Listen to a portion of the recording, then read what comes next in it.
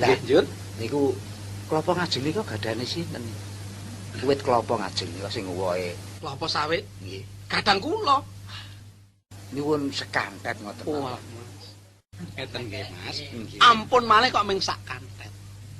Mbok niku mang bedol sak oyote to. Aduh. Model kon gawe sawite iku apa ya iso kok. Nek mengajeng mundut sak Nggih. kiyate. Sak kiyate mang mundut malah kepara kula penekke. Kula Kok penek. Pakne? Sing apik-apik kae lho. Nggih, loro mawon. Mboten. Oh, kalih mawon to. Nggih, loro mawon.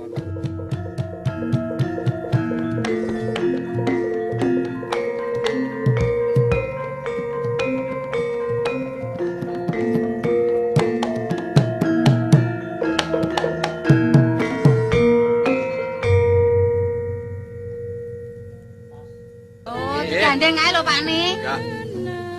Ya, pun. Ditalek kula talani sisan. Kula ngastane buka. Nggih, sampean nggih, Mbak Ayu lan sampean nggih, Mas. Nggih, kula inggih matur nuwun mugi-mugi bondo ingkang sampun wonten griya sampean menika saged langgeng pituduh wonten alangan menapa-menapa. Anggenipun ginakaken ya ben ora dodol legen maneh. Let, anjir iki ajeng tindak pundi Kula nggih slira? nerusake laku lah klapa sampean iki manglilake tiyang sekalian iki kula gawane. Wah, Oh, nggih. pun lahir batin donya ngakhir kula lira. Mugi-mugi panjenengan yo entuk apa pulih ngungkuli kali sing mang paring. Sakniki samane ku ajeng kesah. Nggih nuruti anu nggih kreteken manah kula. Oh, nggih.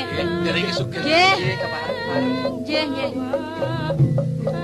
Wis mbokne saiki ora diya dinya. Heeh, Pakne. Perkara bondo donya iki ya bondo donya sing halal, ngono. Heeh, Lah Pakne. digunakake sing permati supaya urip awake dhewe iki bisa tumata. Lah yen ngono, kalau Pakne, kebonan sing ana pagere ka didandani, omahe Ya. didandani sing apik ya, Pakne. Ya. Ya.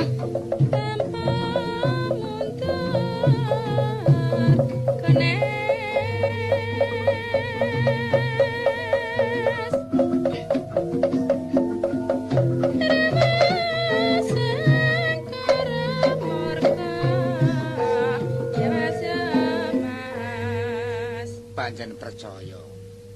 Para winasis, para pininter sok bisa paring piwulang. Nai saiki wis ketok gambaran sing melok-melok. Bapak sapa iku jenenge aku kok lali nanging omahe tak eling-eling. Ancer-ancere kene iki. Dodol legen. Legene entek. Rumangsane ora entuk hasil, ora entuk duit. Padu. Neng basa bumbunge ana isine Raja Brana sing kira-kira ngluwihi karo kayane anggone dodol, banjur ketok rukune. Kaya dene nalika isih temantenan anyar. Dadi aku ya bisa nemtokno nek donya ngono dadi petung ing alam bebrayan iki. Ala umuri dunya lan sakabehing prakara donya. Wadini lan agama. Ya muga-muga wong sing padha nyakep marang agama iku bisa ngungkurake ing karajabranan. Upama ora ngono rak pegatan wong mau aku malah tambah dosa. Lah iki terus kudu menyang ndi nek aku wis entuk klapa iki, mongko dawuhe aku kudu gebyur ana ing satengahing segara. Kanjeng Sunan Kali dawuh, watone aku sanggup kanthi tumemen lair lan batin, ora ketang mung numpak klapa loro iki, aku ora kerem. Sepisan. Kaping pindho, welinge ora entuk mangan yen ora ana pangan sing tumiba utawa mara aning tutukku. Ngombe ya semono uga.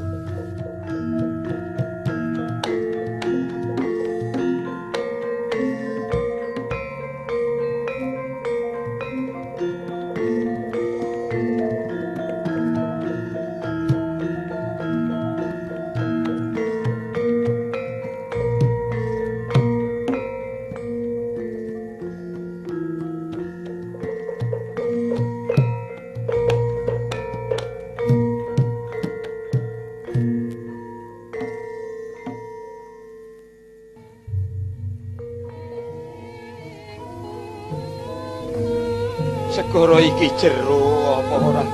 Ombake kok semene gedene.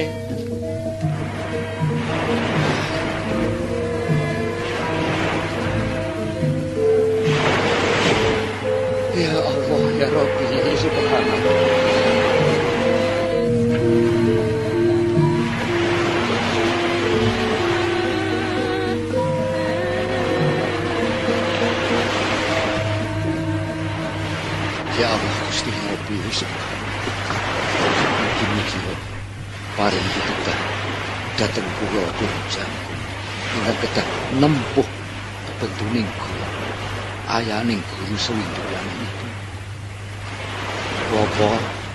Klopo kowe tak jak sapati saure oning satengahing segara mengkono. Kowe ngantorane siji lan sijine. Kowe aja pisah. Dadi kowe klopo loro, aku siji. Telu-telune satunggal. Ilanging kowe klopo. Pisahmu karo siji lan sijine padha karo pisahing nyawa saka ingangku. Tegese yen kowe kurang utawa ilang kanthetanmu, klopo wis ora kuat maneh. Banjur kudu bantalan kepriye aku. Monggo ing pangajap iki tak nggo bantal ya kanthi tali kang cilik iki. Nggo githokku tak tumbangake ning kene. Coba tak cak-cakane. Aku kudu mengkurep apa mlumah. Lan sandang aku kudu tak copot apa ora. Oh, Guru. Guru. Momo. Ibu sepisan malih. Kula nyuwun pangestu, Ibu.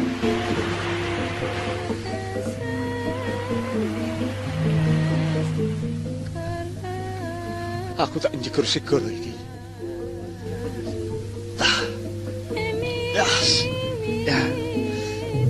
Yas. Wah. Muga-muga aja nombak kang gedhe.